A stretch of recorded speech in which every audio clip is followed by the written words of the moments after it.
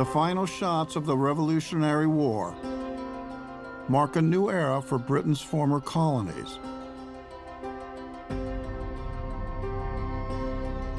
The United States wins not only independence, but a vast tract of new land.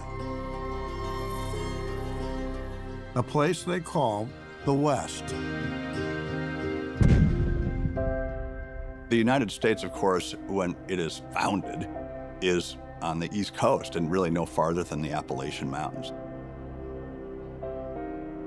And then in the Treaty of Paris that settles the Revolutionary War in 1783, the British cede all their holdings from the East Coast all the way to the Mississippi River. The Americans are euphoric because they've not only defeated the British, but the British have ceded this enormous sweep of land in the bargain. Most of that land is not the United States in reality. It was already occupied by scores of Indian nations and by millions of Indian people. So from the settlement of the French and Indian War all the way through the American Revolution and into the 1780s, this region is embroiled in an ongoing conflict. Native peoples across the Ohio River Valley are increasingly incensed that the American settlers are flooding into their homelands. For the indigenous people, it's an ancestral claim. For the settlers, it's free land, the opportunity to strike out on one's own. Both are willing to fight and to die for it. As the late 1780s bring an onslaught of settlers, these native nations will not only make a stand. Miami leader, Little Turtle, will lead them into war. Once the skirmish starts, it's going to build until somebody suffers enough to stop. Our reaction is to get more serious with lethality. Finally, George Washington says, we've got to take enough force to get this done. And so he sends Mad Anthony Wayne out. Anthony Wayne is known widely as Mad Anthony Wayne because of his famously fiery temper. But actually, he is mad for discipline. He is mad for training and preparedness. Mad Anthony really puts together a force that's aimed directly at reining in this Northwest Confederacy. So he trains them at bayonet use extensively. Bayonets are incredibly effective in close quarter fighting and in bayonet charges, but you have to have troops that are disciplined.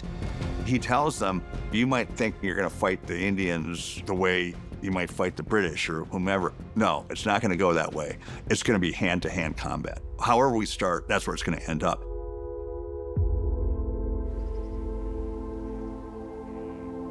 From Pittsburgh, Wayne's army moves down the Ohio River for the invasion of Miami country. And they begin cutting, pulling, and burning corn. The most immense fields that Anthony Wayne has ever seen in his life, he says. Through the summer of 1794, Wayne pushes the Legion deeper into Miami territory, supplying his troops through a series of forts. Meanwhile, Little Turtle and other Confederacy leaders struggle to agree on their next move. The timeline is a problem because Mad Anthony is moving very slowly and deliberately, which is part of his strength. And the gathered warriors have come from far away. I mean, even hundreds of miles away, and they've left their families. And the warriors are getting really impatient. Against Little Turtle's advice, the Shawnee lead an attack on Fort Recovery, built by Wayne on the site of St. Clair's defeat. First, they take out the supply lines with help from British troops. Then they strike the fort itself.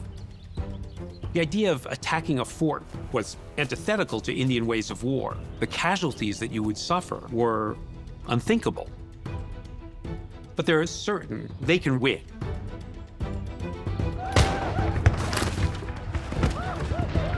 Part of the Northwest Confederacy decides it's time to go ahead and attack directly on Fort Recovery, and it just blows them away. Both sides lose around 30 men, but while the U.S. quickly regroups, Native morale is shattered. The failure to take Fort Recovery is the first loss that some of these Native Americans have had in several years. That ends up being very demoralizing for the Northwest Indian Confederacy. The warriors start dispersing, and meanwhile, Mad Anthony Wayne is this crushing force marching towards them. The Native American army believes it can slow the Americans down while their families are continuing to evacuate the region as it's being burned. Little Turtle and his fellow war chiefs have just 1,500 men left to fight Wayne's 2,000-strong army and 1,600 Kentucky militia. They take up position a mile from their British allies at Fort Miami, choosing terrain that's scattered with fallen trees, a natural barrier against bayonet charges and cavalry attacks. Wayne has the benefit of a lot of intelligence coming about the Confederacy side and what they're up to. He hears a report that the Indians are ready, preparing for battle. And part of it is fasting. Warriors engage with no food or water during that time. And this prepares the warrior spiritually, mentally, and physically to engage in a battle and have success. Wayne plays a waiting game as the native allies fast for 3 days.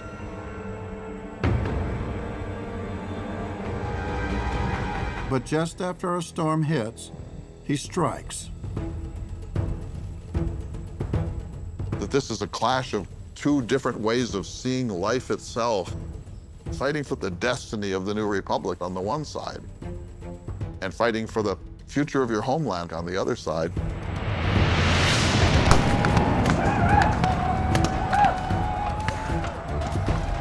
This is very difficult terrain, but Mad Anthony's trained his foot soldiers so well in bayonet warfare and hand-to-hand combat.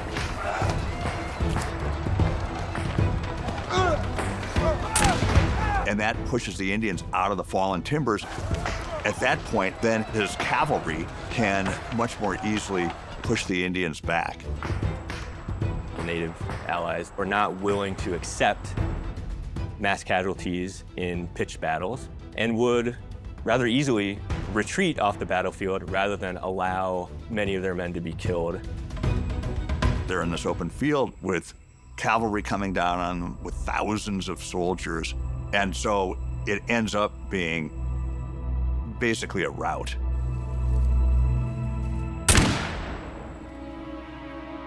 As their battle lines collapse, the native forces retreat.